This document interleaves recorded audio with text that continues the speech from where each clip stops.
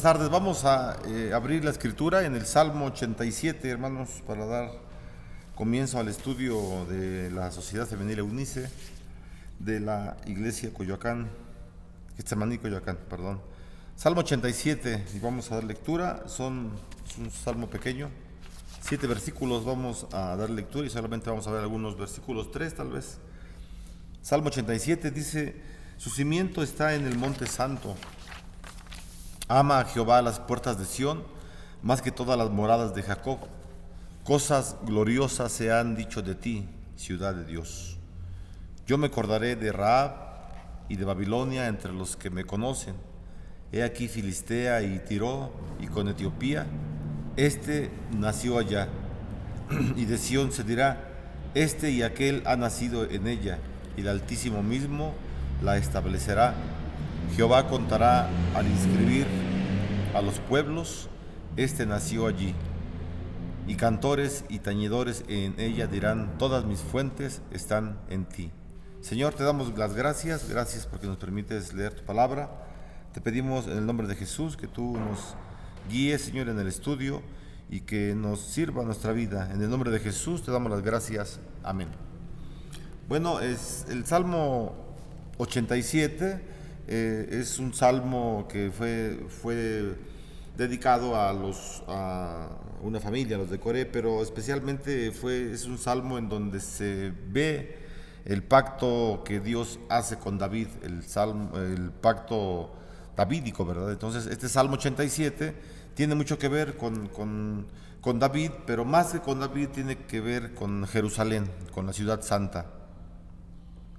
Y es un salmo entonces que está considerando las entradas de Jerusalén, que es la ciudad santa, la está considerando como algo muy importante, las puertas, ¿verdad? Cada una de las puertas de Jerusalén tenían un significado importante para el pueblo de Israel. Bueno, a las entradas del templo de Jerusalén habían unas puertas también, y allí precisamente era que habían cantores. Seguramente eran los hijos de Coré o más hermanos, ¿verdad? Más familias, no eran los únicos que cantaban, no eran los únicos que dirigían el templo, los hijos de Coré, habían más personas, sobre todo los de la tribu de Leví, era una tribu muy extensa, por lo tanto eran muchas personas los que se dedicaban al servicio religioso, encargados directamente del templo, ¿verdad? Y a esas personas entonces era a quienes se les ponía en las puertas, y en las puertas entonaban este salmo, entre otros cantos, entre otros cánticos. El Salmo 87 era un canto entonado en donde se reconocía a Jerusalén como la ciudad más importante.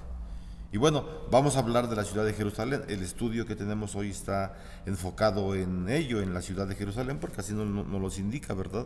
Habla exactamente de Jerusalén. Si miramos todo lo que dice el Salmo, los 7 versículos, el centro principal de estos 7 versículos del Salmo 87, el centro principal, mirándolo desde la perspectiva literaria, el centro principal es Jerusalén, ¿verdad? Si lo miramos desde el punto teológico, sabemos que el punto principal es Dios, claro que sí.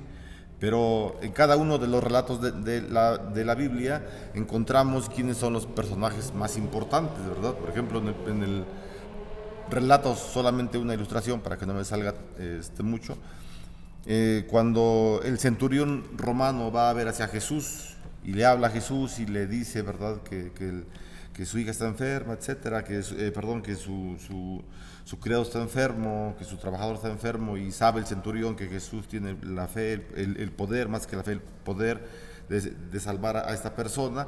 Va el centurión y le habla, o sea, entonces todo el relato del centurión con Jesús, el personaje más importante, literalmente hablando, es el centurión. Teológicamente hablando, doctrinalmente hablando, el más importante es Jesús, claro que sí, ¿verdad? De toda la Biblia el más importante es Jesús, la Biblia es cristocéntrica.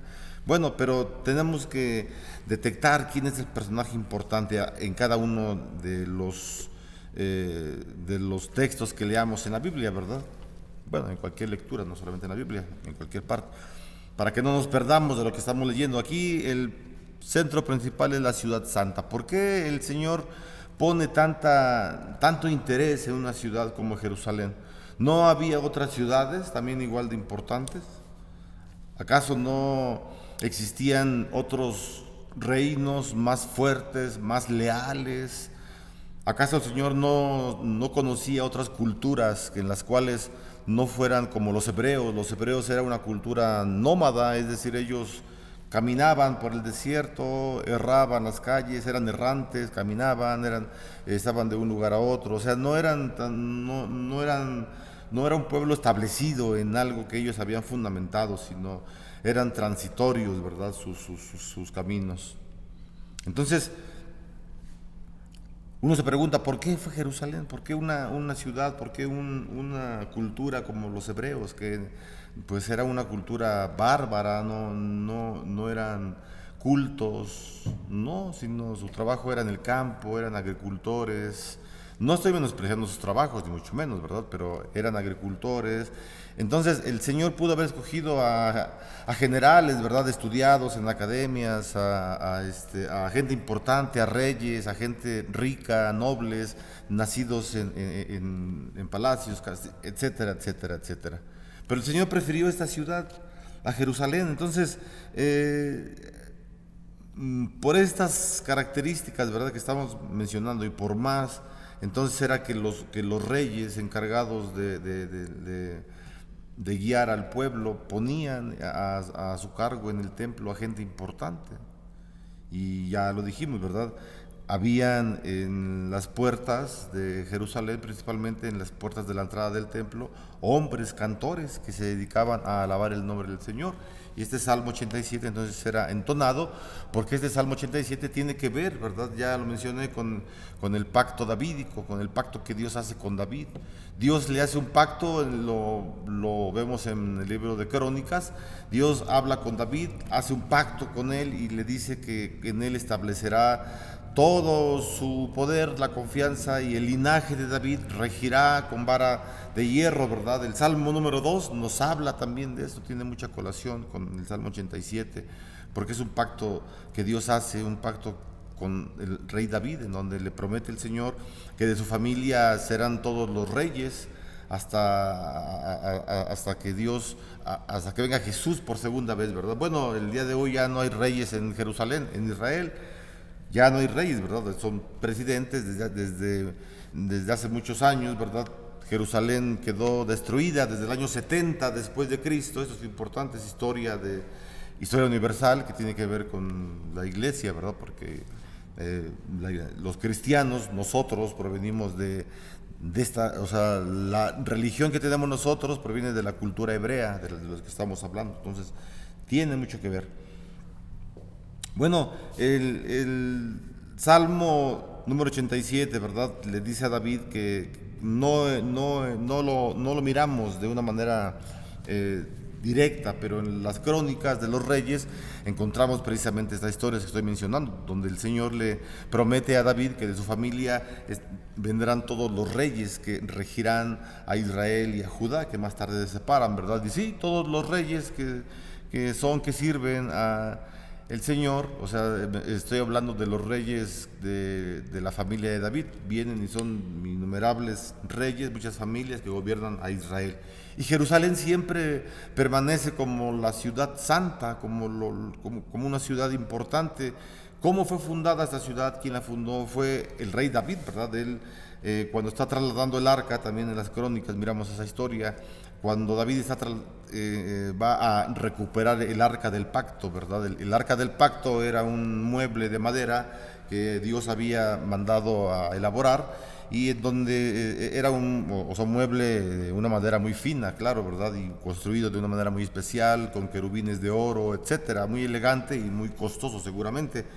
Bueno, esa arca del pacto, ahí se manifestaba la presencia de Dios. Para eso el Señor había permitido, había dicho que en el arca del pacto su presencia iba a estar por siempre. Así que el arca del pacto, el mueble, imaginemos que es este mueble, era trasladado, ¿verdad? Bueno, estaba siempre en el templo, pero los enemigos de Israel van en contra del pueblo, lo conquistan y les roban el arca.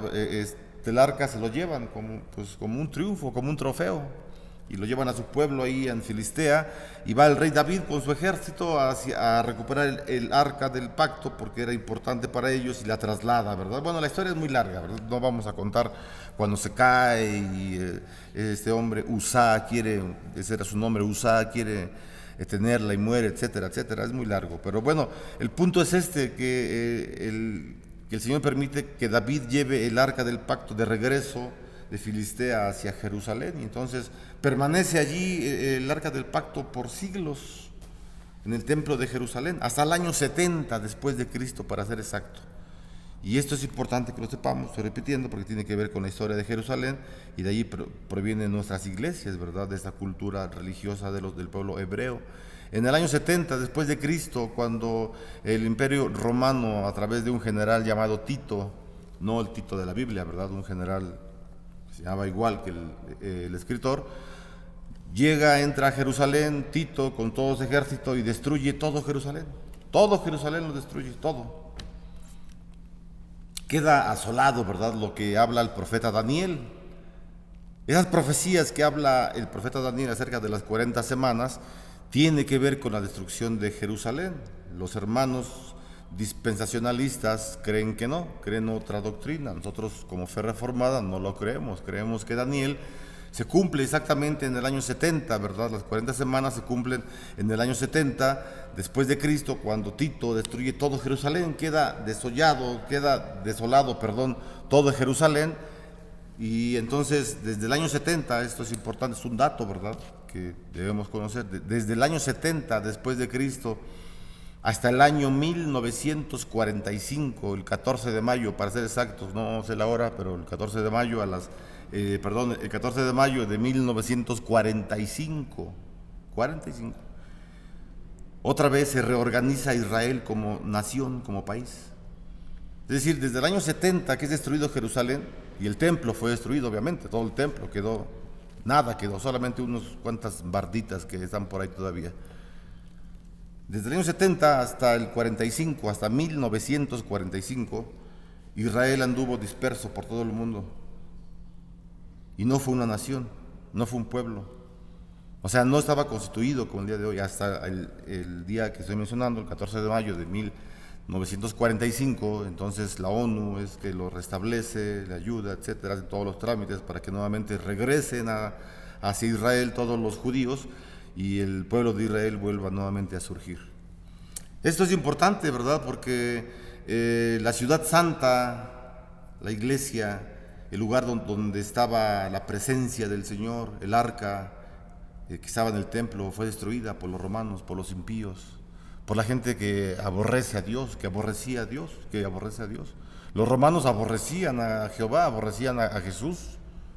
Para los romanos Jesús era un charlatán, era un impostor, era alguien que nada más quería sublevarse en contra del gobierno romano. Por eso lo acusaron, ¿verdad?, por sedición. Esa fue la acusación de Jesús, por sedición. No fue por hacer milagros, no fue por hacer exorcismos, no, sino fue por sedición, por revuelta, por alterar a la gente para que se volviera en contra de Roma. No fue eso el caso. O sea, fueron acusaciones falsas en contra del Señor. Tenía que haber acusaciones para llevarlo a la cruz del Calvario, ¿verdad?, para que Él muriera. Bueno, entonces estamos mirando que por siglos, desde del año 70 hasta 1945, más de 1000 años,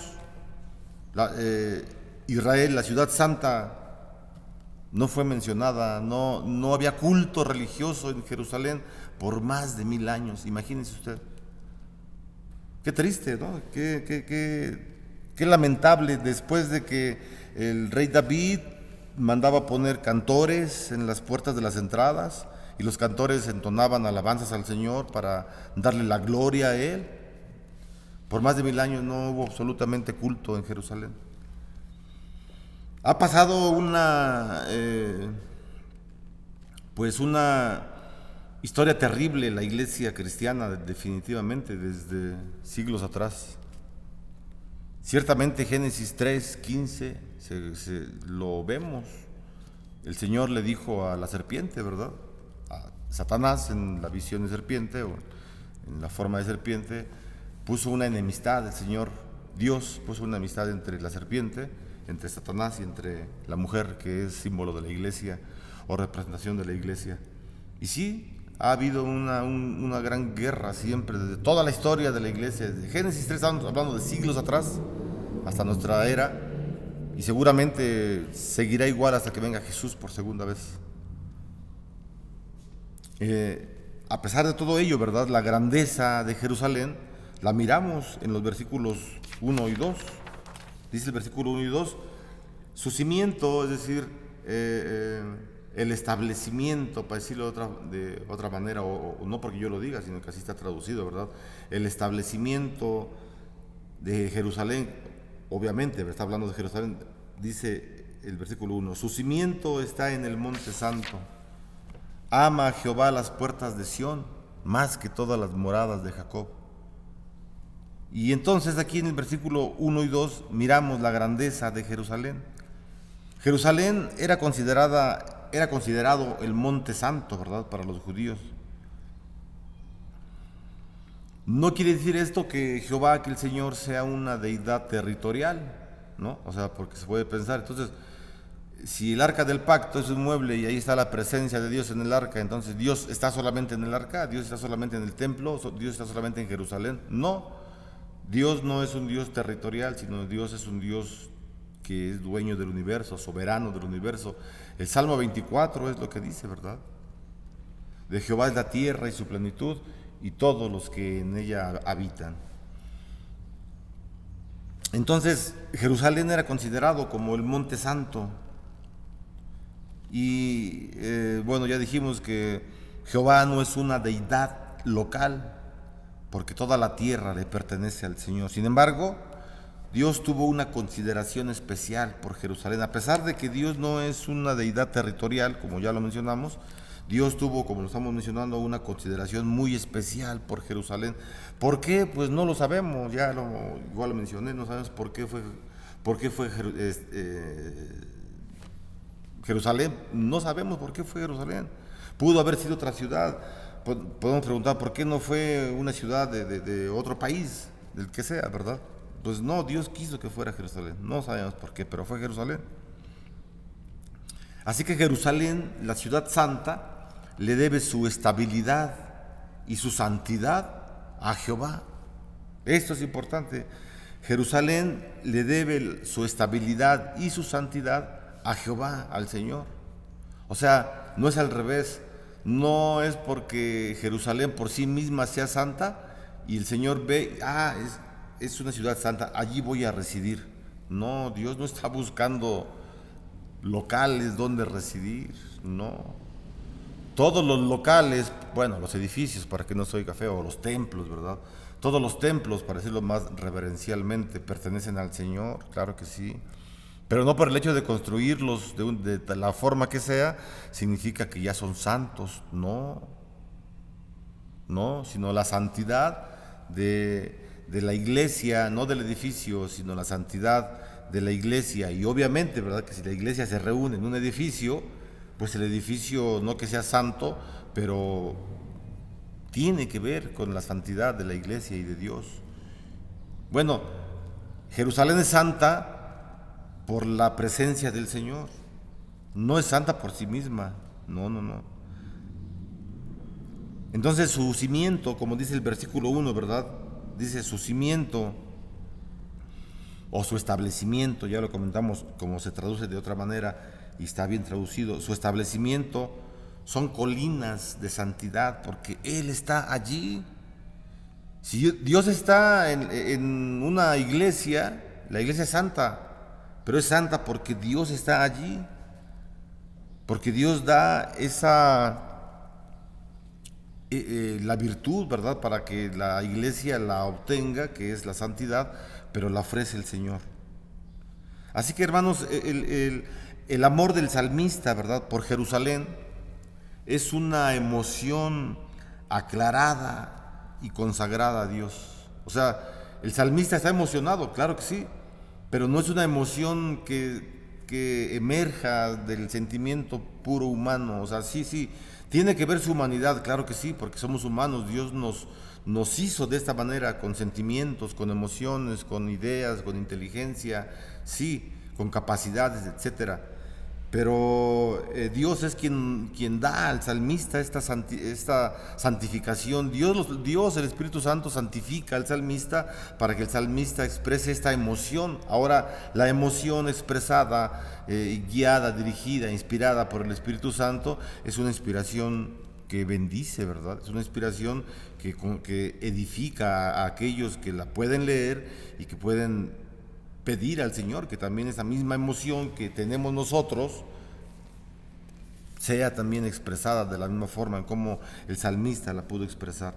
Este amor que el salmista está expresando, ¿verdad?, por Jerusalén, no solamente son emociones, no, o sea, no son emociones, ya lo dije, humanas, sino es el espíritu del salmista tiene que ver mucho, ¿verdad? El espíritu del salmista es aquella parte del ser humano, no solo del salmista, sino todo el ser humano, es la parte que se conecta con el Señor, ¿verdad? El espíritu del ser humano es la parte que es tangible para tener el contacto con el Señor.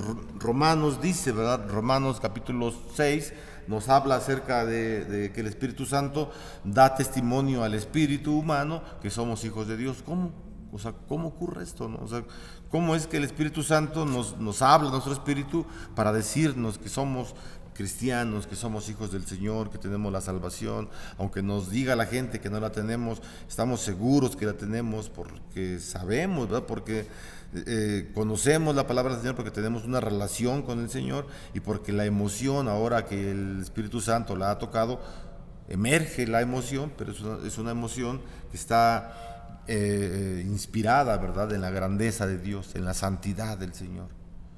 O sea, el salmista, al salmista se le permite expresar las emociones, claro que sí, pero son expresiones que son expresiones santas, ¿verdad? Recordemos que la escritura, la palabra del Señor, toda la Biblia es escrita con lápiz, pluma, con lo que hayan escrito, ¿no?, con piedras, con lo que hayan escrito, por mano humana, ¿verdad? El hombre tomó su herramienta y empezó a escribir, guiado por el Espíritu Santo. No sabemos cómo, ¿verdad? La palabra inspiración es una palabra que lo que significa, ¿verdad? No etimológicamente, sino en el griego que se escribe la Biblia, el Nuevo Testamento, alude al soplo, ¿verdad? Es un soplo que da Dios. Dios no fue dictando a las personas. A través de las experiencias propias, a través de las experiencias que tenían en su país, en su religión, en su cultura, ellos fueron experimentando las situaciones y fueron escribiendo. Y el pecado que ellos tenían, el pecado de pensamiento, el pecado de pensamiento, fue eliminado de una forma, no sabemos cómo, ¿verdad?, para que lo que ellos escribieran fuera la palabra de Dios, inspirada por el Señor. Volvemos a Jerusalén, que es el punto principal del Salmo 87. Jerusalén, o Sión, como también era llamada, es fundada por Dios y santificada por su presencia. Ya dijimos la historia, ¿verdad? Cómo es que David lleva el arca hasta la ciudad, hasta Sión, hasta el monte Sión, y el monte Sión pues ya se llamaba así, Sión. O sea, no le puso David Sión. Sión es una palabra que no es hebrea, sino de otra cultura. Ya estaba establecida la ciudad de Sión. Fue David, conquista la ciudad de Sión, destruye a los enemigos, los mata, los corre, todo lo que tuvo que hacer este hombre sanguinario, terrible como David, los corre, los destruye y no le cambia el nombre, le deja Sión, y ahí pone el arca y funda entonces la ciudad de Jerusalén. Esa es la historia de Sión, eso significa Sión. Acá hay un coro que se llama Sión. Esa es la historia, ¿verdad?, de la ciudad de Sión. Una ciudad pagana se convierte ahora en la ciudad santa, en la ciudad más importante para el Señor.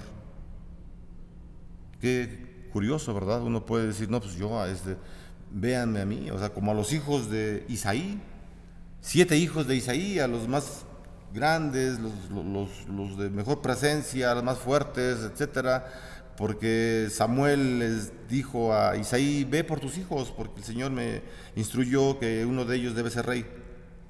Y no, pues no era ninguno, porque tanto Isaí como quizás Samuel, como profeta, como seres humanos, estaban viendo con los ojos humanos a los hombres, las apariencias, ¿verdad? No, pues él es el mejor. Y no, fue finalmente el rey David quien fue el elegido para ser rey. Un chamaco que estaba hasta allá atrás en los campos, cuidando las ovejas, oliendo quizá a chivo, y a él fue.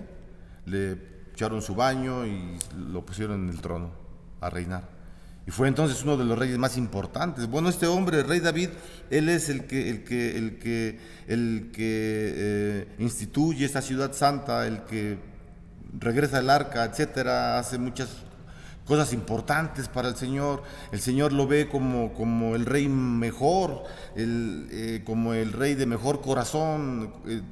David es un hombre conforme al corazón del Señor, o sea, es un hombre muy especial para Dios, pues, el rey David.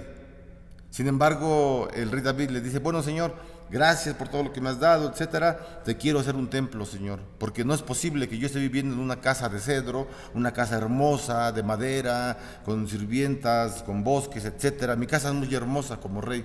No es justo que yo viva en una casa así y tú, Señor, el arca que tú tienes, esté viviendo en una cabañita feita. No, Señor, déjame construir tu templo. Y todos leemos y decimos, pues sí, el Señor le va a decir que sí, pues es su rey preferido. Y el Señor le dice, no, tú no me vas a construir nada, porque tú eres un hombre sangriento, tú eres un hombre violento. Te amo mucho, pero quítate de acá. No me sirves para que me edifiques una construcción. ¿Cómo es el Señor, verdad? Y no permite que David le construya un templo con su dinero, con su intención, con su fuerza, con su juventud, con su experiencia, con su dedicación a la iglesia. Era un teólogo, David era un teólogo, estaba pegado a la iglesia, amaba a la iglesia, y el Señor le dijo, tú no me vas a construir ningún templo, va a ser tu hijo, tú no, porque eres un hombre muy sanguinario. Eso yo no lo digo, es la historia, ¿verdad? Y el Señor no permitió, por las manos violentas, llenas de sangre que tenía el rey David, no permitió el Señor que este hombre edificara un templo para que allí se guardara el arca del pacto, la presencia del Señor. O sea, es un privilegio, y no es un mensaje subliminal, ni mucho menos. ¿Es un privilegio servir en la casa del Señor o no? Dice la palabra, de gracia recibiste, y es una gracia que estés sirviendo en el templo del Señor. Yo estoy hablando de los cristianos, ¿verdad? De la plantilla de cristianos. No estoy hablando de los trabajadores que la iglesia contrata, eso es diferente. Eso es otra parte. Somos empleados, eso es otro punto. Estoy hablando del pueblo cristiano. Es realmente una bendición, hermano, trabajar en un templo físicamente, intelectualmente, de la manera como sea. Es un privilegio. Es un privilegio. Jerusalén es una ciudad importante, fue una ciudad muy importante, ya estamos diciendo por qué. Hay más cosas, ¿verdad?, que es importante que también las conozcamos. Bueno, Dios entonces eligió, ¿verdad?, Jerusalén como lugar para que ocurriera su obra redentora. Fíjense por qué es importante Jerusalén. Dios escogió esta ciudad para que allí en Jerusalén ocurriera toda su obra redentora. ¿Cuál fue su obra redentora? Nacimiento, obra, ministerio, muerte, resurrección y ascensión de nuestro Señor Jesucristo. ¿Dónde ocurrió esto? En Jerusalén, en la ciudad santa. Allí en Jerusalén vamos a ver algunos ejemplos de personajes que allí vivieron, que allí estuvieron. Allí en Jerusalén reinó y sirvió Melquisedec, rey y sacerdote del Dios Altísimo. Génesis capítulo 12. Allí también Abraham, también en Génesis, del 12 al 17 en adelante, allí Abraham estuvo dispuesto a sacrificar a Isaac en el monte del Señor. Usted recuerda esa historia, donde años después, ahí en el monte donde donde Abraham llevó a Isaac para sacrificarlo, porque Dios así le había ordenado. Abraham confió, ¿verdad? Y dijo, vamos, hijo, vamos. No le dijo que lo iba a sacrificar, pero dijo, vamos hacia el monte, va a haber un sacrificio. No hubo sacrificio, Dios intervino, ¿verdad? Pero años después, muchos años, siglos después, en ese mismo monte se llevó el sacrificio único y perfecto que fue de nuestro Señor Jesucristo, ¿verdad? Allí también en Jerusalén reinó David, ya mencionamos a David. convirtió a Jerusalén, el rey David, en la capital del imperio, en la capital del reino. Allí también en Jerusalén permanecía el arca del pacto, ya lo mencionamos.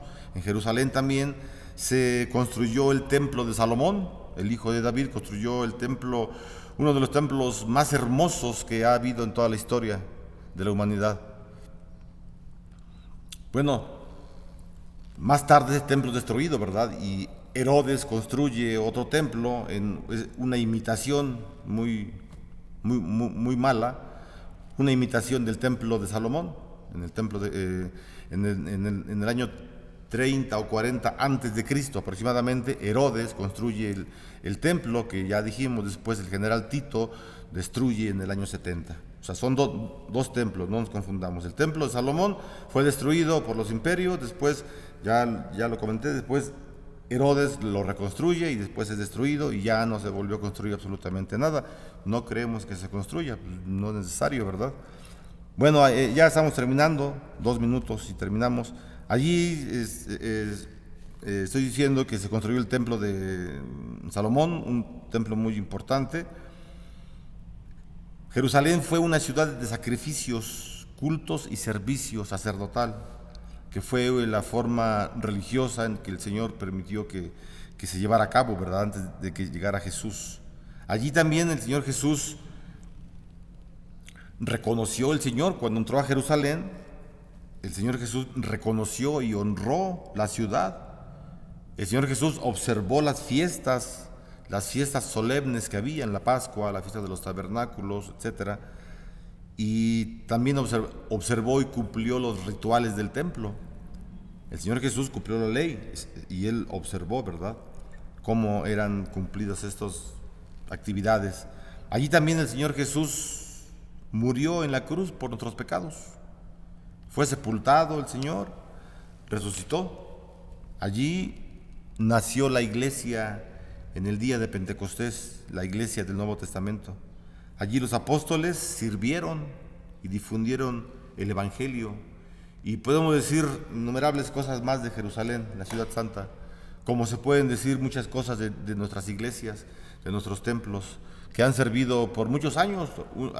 Hay iglesias que han servido por un año, han comenzado quizá por medio año, está perfecto. Hay otras que han servido, que han estado abiertas por 40, 50 años, perfecto. Hay otras como esta, que por más de 100 años, por esta iglesia Getsemaní, más de 100 años han estado sirviendo, han estado abiertas sus puertas, sus templos, y todo esto es por la gracia de Dios, mis hermanos, solamente porque Dios, si nuestra iglesia es santa, es porque Dios está dentro de nuestras iglesias. Si la iglesia no es santa, la presencia de Dios no puede estar. Dios dice que cerca de Él no está el pecado, sino que es importante la santidad para que contemplemos al Señor. Y en la Escritura es lo que observamos, ¿verdad? El Señor se mantiene fiel en las iglesias cuando la iglesia es fiel a Dios mismo. Así que vamos a orar por todas las iglesias en el mundo, no solo por Getsemaní, por las iglesias. Es un estudio de la sociedad femenil, y bueno, es importante, ¿verdad?, que la femenil atienda también ese tipo de situaciones en oración, apoyando en oración como siempre lo ha hecho. Vamos a terminar orando por nuestras iglesias. Señor, te damos las gracias, te pedimos en el nombre de Jesús que tú, Señor, nos ayudes siempre a consolidar las iglesias en que tú nos has puesto, Señor, como miembros, como cristianos, sin importar que se tenga algún cargo, Señor. Somos cristianos, somos hijos tuyos. Tú nos has llamado, Señor, de las tinieblas a la luz admirable, como dice el apóstol Pedro, pero nos has llamado para que demos testimonio de ti, Señor, no para que parte de otras cosas, sino simplemente para dar testimonio de ti, Señor, y para comprometer, Señor, a nuestra vida, a que nuestra iglesia, Señor, sea santa. Y lo conseguiremos, Señor, si yo mismo empiezo, Señor, si nosotros mismos empezamos con la santidad. Si uno mismo comienza, Señor, con la santidad, toda tu iglesia será santa y tu presencia estará con nosotros.